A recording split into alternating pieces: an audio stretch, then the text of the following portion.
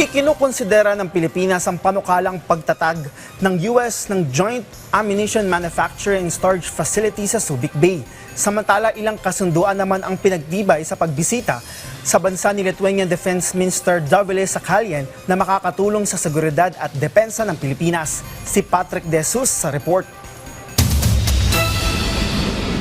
Bukas ang Pilipinas sa posibleng pagtatatag ng US ng Joint Ammunition Manufacturing and Storage Facility sa Subic Bay. Sa isang US House Committee on Appropriations report nitong buwan, ipinag-utos ng mga mambabatas doon sa US Department of Defense, US Department of State at International Development Finance Corporation na magkaroon ng feasibility study bilang bahagi ng Indo-Pacific Ammunition Manufacturing. Magiging daan din ito upang magkaroon ng Amerika ng forward staging ng ammunition stockpile sa Subic na dating US Naval Base hanggang 1991. Any production dito na makakatulong sa technological transfer, empleo, revenue, dito nga gagawin is welcome. At lalo-lalo na pag meron tayong sustainability portion na magagamit natin ang produkto.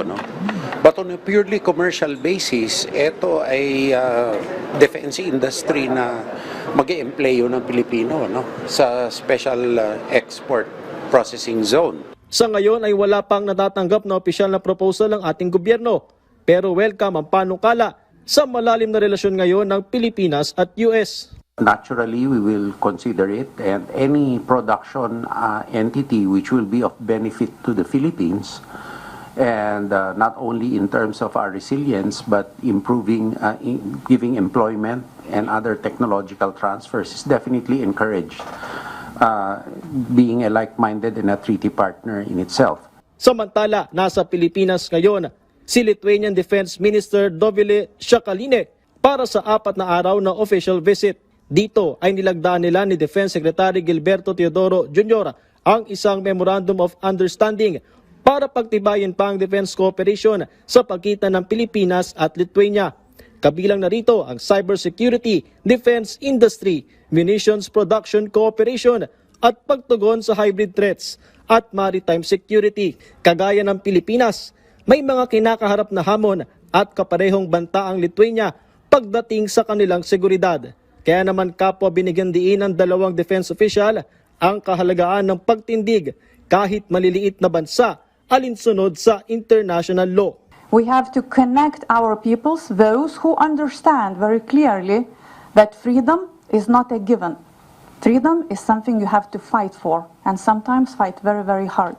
So therefore, now we have a framework, now we have a way forward, now we have a clear understanding that it's going to take a lot of hard work. It's going to take a lot of resources, but our children, they deserve to live in a free world. The small nations, as our president has always said, need a firm voice in international affairs. And we both resist the nomenclature that we are mere agents of other large powers when our people bear the brunt of standing up for our own national interests and our own futures as we decide it. Patrick De Jesus para sa Pambansang TV sa Bagong Pilipinas.